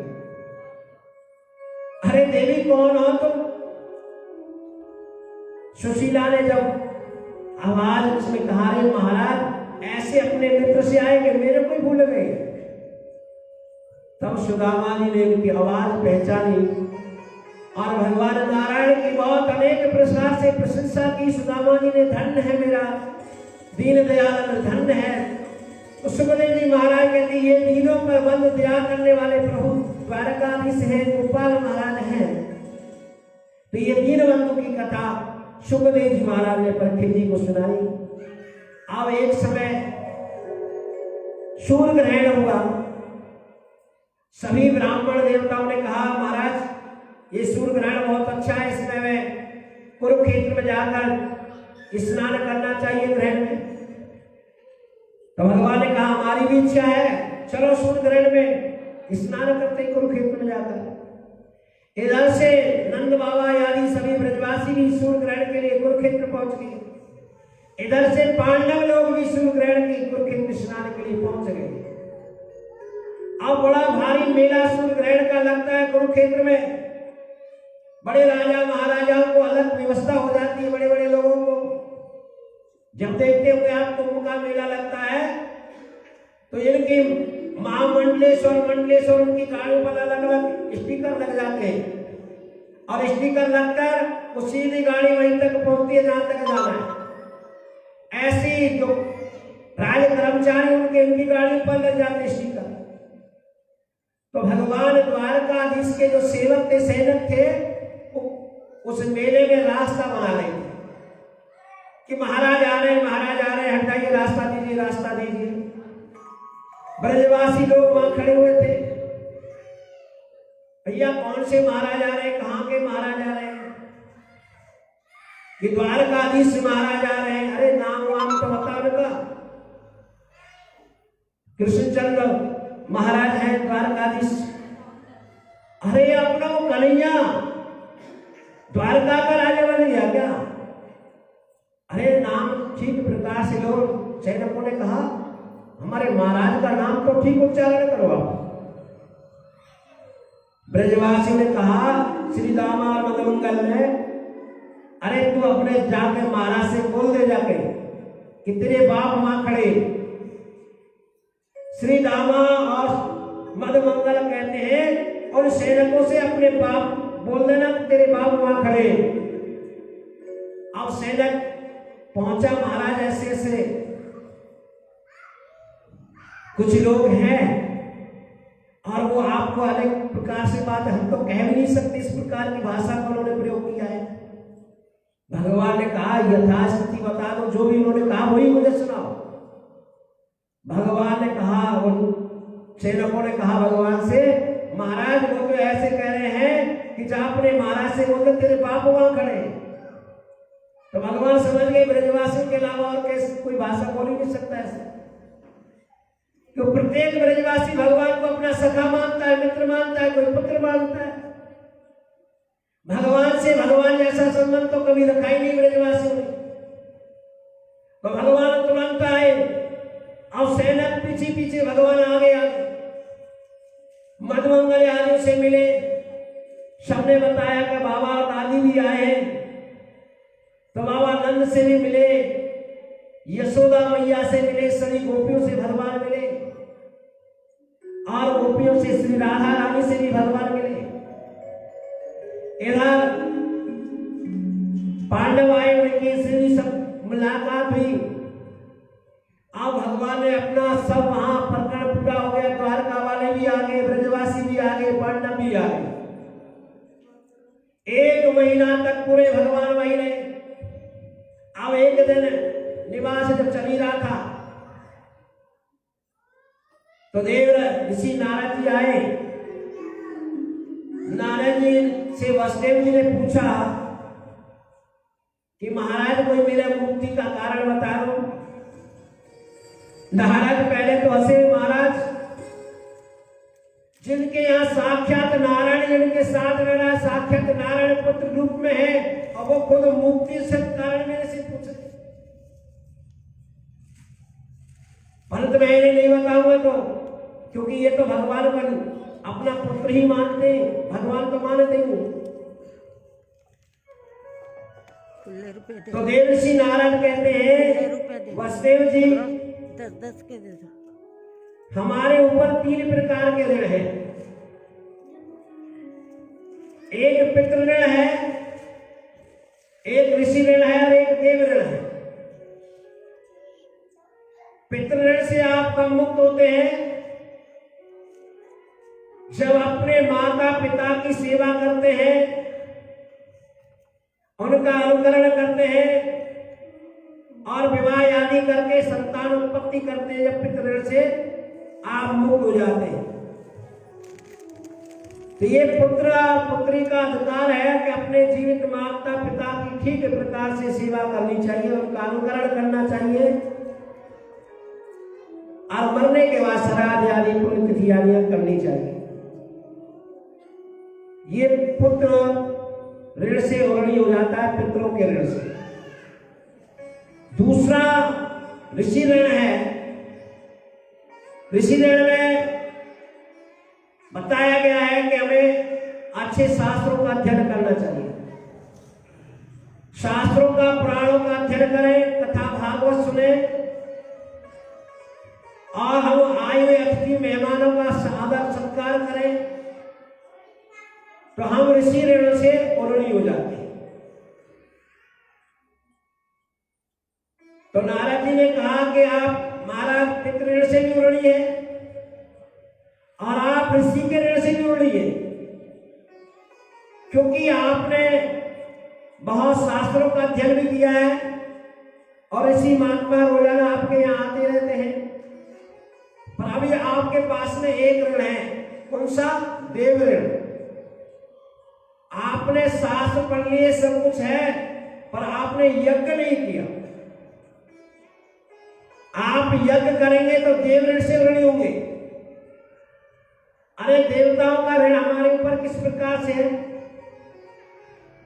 अब रात्रि होनी, अब चंद्रमा निकलेंगे, चांदनी रात्रि में आपको दिखाई पड़ता है। ये चंद्रमा की शीतलता है। गर्मी में अगर आगे से वायु चलती है तो ये वायु देवता की कृपा हमारे ऊपर है। दिन निकलता है तो सूर्य देवता की हमारे ऊपर कृपा है। ये हवा, वायु, पानी सब जो है हमें मुक्त नहीं तो मिल रहा है। तो ये कौन दे रहे हैं? देवता लोग ही तो दे रहे हैं, जिनकी आज हम कीमत नहीं समझते। ये मुफ्त में हमें मिल रहा है, सरकार नहीं दे रही कोई, सब देवता लोग दे रहे हैं। हर देवता लोगों का यज्ञ आदि हमें करना चाहिए। पहले बड़े बड़े यज्ञ होते थे और बड़े बड़े यज्ञों का कारण ही यही था, संपूर्ण देश की शांति, परिवार की शांति के लिए, दुख निवृत्ति के लिए, वातावरण को शुद्ध रखने के लिए बड़े बड़े यज्ञ होते थे। पर आज कलयुग में धीरे धीरे धीरे धीरे वो यज्ञ समाप्त होते जा रहे हैं। इसी प्रकार से हमें यज्ञ करना चाहिए। तो भगवान के पिता ने, वासुदेव जी ने यज्ञ कराया।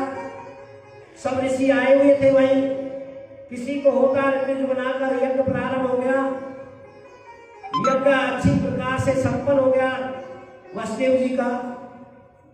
सुखदेव जी महाराज कहते हैं यज्ञ कुरुक्षेत्र में हुआ जी वासुदेव जी महाराज के द्वारा।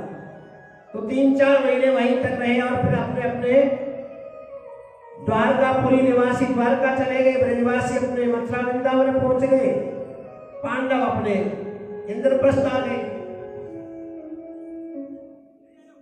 तो सुमत परीक्षित जी कहते हैं महाराज, मैंने सुना मेरे दादी और बाबा का विवाह किस प्रकार से हुआ। सुखदेव जी महाराज, परीक्षित जी अरे भूल गए क्या? अब दादी विवाह के चक्कर में पड़े हो कि तुम 7 दिन बाद जाने वाले हो। पर इतने आनंद थे परीक्षित जी कि सब कुछ अब बिसर गया है, मृत्यु का तो ज्ञान ही नहीं रहा, क्योंकि मृत्यु का भय नहीं है। और हम लोग क्या है, मृत्यु के भय के कारण जीते कि मैं मर ना जाऊं, मैं ये नहीं हो जा रहे। भाई जो होना है वो होगा, निश्चित है, बिना भय के जियो। तो सुखदेव जी महाराज मुस्कुरा कर बोले, मैं आपके दादा दादी के विवाह के बारे में बताता हूं। जब पांडवों को श्राप मिला था वन के हरण के लिए, वन में जाने के लिए, तो 12 महीने का वो था, 12 साल का। उस समय पांडव इधर उधर वन में घूम रहे थे। भगवान कृष्ण की एक बहन थी सुभद्रा। सुभद्रा जब विवाह की योग हो गई तो एक दिन मंत्रणा हुई दोनों भाइयों में कि सुभद्रा का विवाह कर दिया जाए किसी योग वर के साथ। तो बलराम जी ने कहा सुभद्रा का विवाह दुर्योधन के साथ कर दिया जाए। दुर्योधन अच्छा है, मेरा शिष्य भी है, पर भगवान की इच्छा अर्जुन के साथ थी। पर भगवान अपने बड़े भाई की आज्ञा का कैसे उल्लंघन करें? तो भगवान ने युक्ति अर्जुन को बताई। अर्जुन से कहा सन्यासी के वेश में द्वारका के अमुक पर्वत पर आकर विराजमान हो जाएंगे। तो अर्जुन द्वारका के उस पर्वत पर आ गया। अब लोग बाग जाने लगे। अर्जुन समस्त द्वारका निवासी को जानते थे।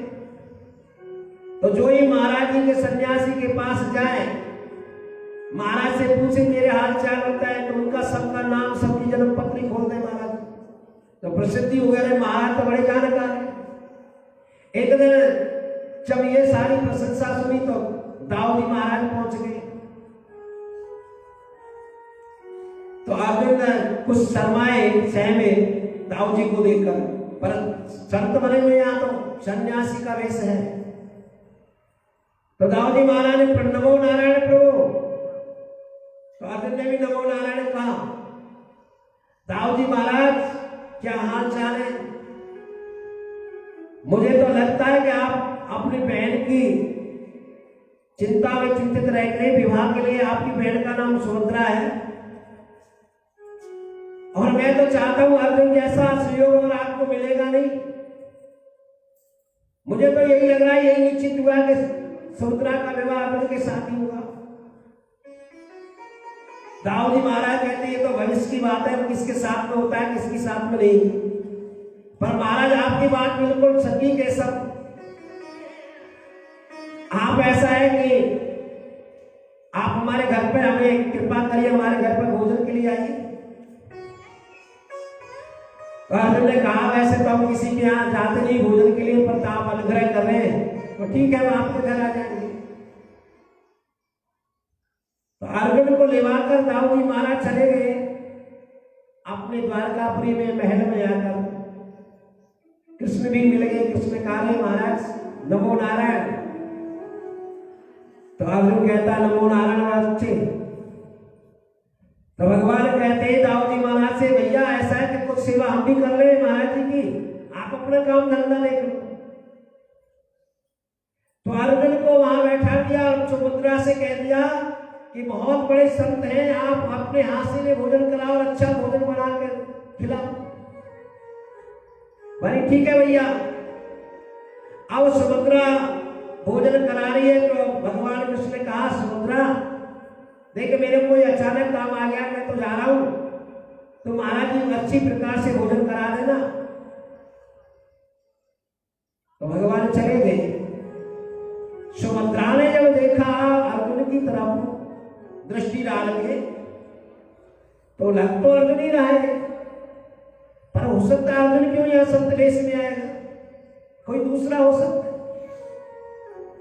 पर सुभद्रा को जम गई थी बात की अर्जुन ही हो सकता है। तो सुभद्रा ने एक कला निकाली और दूसरी थोड़ी दूर जाकर आवाज लाई अर्जुन। अब वो सुभद्रा अर्जुन की तरफ देख रही थी। तो अर्जुन ने जैसी नाम लिया तो अर्जुन थोड़े इधर उधर देखने लगे। तो सुभद्रा जान गई। सुभद्रा ने कहा महाराज क्यों पाखंड कर रहे हो? तो देवी मैं तुम्हारे लिए पापड़ दे रहा हूं इतना, तो ठीक है आप अमुक मंदिर पे मुझे मिलना, मैं कल पूजा के लिए आती हूं और वहां से हरण हो जाए, क्योंकि यादवों की यदुवंशियों की राजाओं की पहली परंपरा नहीं है। यादवों का कोई ऐसा विहार होता ही नहीं कि जहां कोई थोड़ा बहुत नौक झोंक ना हो। तो सुभद्रा गई और सुभद्रा का वहां से हरण कर लिया अर्जुन ने। रथ में बैठ गए। रथ में जब सैनिक थे उन सैनिकों ने कुछ तो अर्जुन के साथ युद्ध कर रहे, कुछ आते दाऊद जी महाराज से कह दिया। महाराज से कहा महाराज जी वो जो संत जी आए थे वो तो बहन जी का हरण करके ले गए। अब तो दाऊद जी महाराज लाल पीले हो गए। अरे राम राम राम कैसे संत ने आज करोगे? तो अपना खाला मूसा लेकर चल दिए युद्ध के लिए। कहां जा रहे हो दाऊद जी? अरे कन्हैया तो आराम से ऐसे बैठा है जैसे कुछ हुआ ही नहीं, सुना ही नहीं हो। कन्हैया ने कहा महाराज मैंने सब सुन लिया है, अब क्या करोगे? जो ले गया ले जाऊंगा, कोई बात नहीं, किसी के साथ उसका विवाह होना ही था। दाऊद जी महाराज कहते हैं अरे कन्हैया तुझे तनक भी रोष नहीं आ रहा, गुस्सा नहीं आ रहा, तेरी बहन का हरण हो गया, तू बैठ अपना, मैं तो जा रहा हूं भाई उसका। तो भगवान ने कहा कि जब तुम जा रहे हो तो मैं भी जा रहा हूं, चल रहा हूं। तो दोनों पहुंच गए। सुभद्रा को रथ हाँकना आता था। सुभद्रा ने कहा कि महाराज आप चाहे तो अर्जुन से मैं घोड़ों की लगाम पकड़ लेती हूं और तुम इन सैनिकों से मोर्चा ले लो। तो सुभद्रा घोड़ों की लगाम पकड़ रखी है और अर्जुन ने मोर्चा संभाल रहा है। तो जब भगवान ऐसे पार करने के लिए कहते तो दाऊद जी महाराज से भगवान कृष्ण कहा देखो भैया ये सन्यासी का हरण करके हमारी बहन ले जा रही है, सन्यासी हरण करके नहीं ले जा रहा। जब देखा नजर उठाई तो वास्तव में सुभद्रा रथ हाँक रही थी। तो माथा ठनक गया दाऊद जी महाराज का। अर्जुन ने इशारा कर दिया युद्ध विराम का लिए, हाथ हिला दिया, युद्ध विराम हो गया। दाऊद जी महाराज और कृष्ण भगवान पहुंच गए। दाऊद जी महाराज कहते नमो नारायण सन्यासी जी, तो अर्जुन सब कुछ हो गया, शर्मा गया। तो अर्जुन कहता है महाराज मैं तो ये द्वारकाधीश जैसे नचा रहा वैसे नाच रहा हूं, जो द्वारकाधीश कहता है मैं वही करता हूं। तो दाऊद जी महाराज जी समझ गए, मैं समझ गया सब इसी की लीला है, सब इसी का बनाया हुआ नाटक था, रचा हुआ। तो दोनों का विवाह हो गया। तो भगवान सुखदेव जी महाराज कहते किस प्रकार से तुम्हारे दादा दादी का विवाह हुआ। अब एक दिन शकुनी का पुत्र तप कर रहा था और तप करते भगवान शिव को उसने प्रसन्न किया। अब भगवान शिव प्रसन्न तो हो गए, आशीर्वाद देने के लिए आ गए, वरदान मांगो बेटे। तो भगवान से शकुनी पुत्र ने कहा भगवान मुझे वो वरदान चाहिए जिसके हाथ सिर पे हाथ रख दो वो भस्म हो जाए। भगवान ने तथास्तु, अब तथास्तु कह दिया। तो भगवान की बाएं अंग में विराजमान भगवती थी, अब वो लालायत हो गया कि भगवान शिव के ही सिर पे हाथ रख के वर की पहले परीक्षा कर लो। अब भगवान शिव के हाथ सिर पर हाथ रखने के लिए शकुनी पुत्र पीछे और भगवान आगे आगे। भगवान बड़े संकट में पड़ गए। अच्छा बल दिया, वरदान दिया इसको, फिर मेरी पत्नी को चाहने लगा। हम दौड़ लगा रहे भगवान उससे बचने के लिए। भगवान नारायण ने विचार किया भोलेनाथ तो आज फंस के अच्छे चक्कर में, क्योंकि सुखदेव जी महाराज से परीक्षित जी ने प्रश्न किया कि भगवान शिव के जितने भी भक्त हैं वो बड़े धनाढ़ हैं, बड़े धनी लोग हैं, राजा लोग हैं, महाराजा लोग हैं, बड़े धनवान हैं, पर भगवान शिव के वो विष्णु के जितने भक्त हैं वो बेचारे तो ऐसे ही है, क्योंकि अघोर दानी है भगवान शिव को। जबकि अपने दास पकड़ना में भभूति लगाकर रहते हैं, पर भक्तों को माला माल करके रखते हैं। किसी भी प्राणी को धन की आवश्यकता हो तो वो रोजाना भगवान शिव पर जल चढ़ाना शुरू कर दे, पर डेली चढ़ाया ऐसा नहीं 2-4 दिन नहीं तुम समझते हो मैं लखपति करोड़पति बन जाऊं।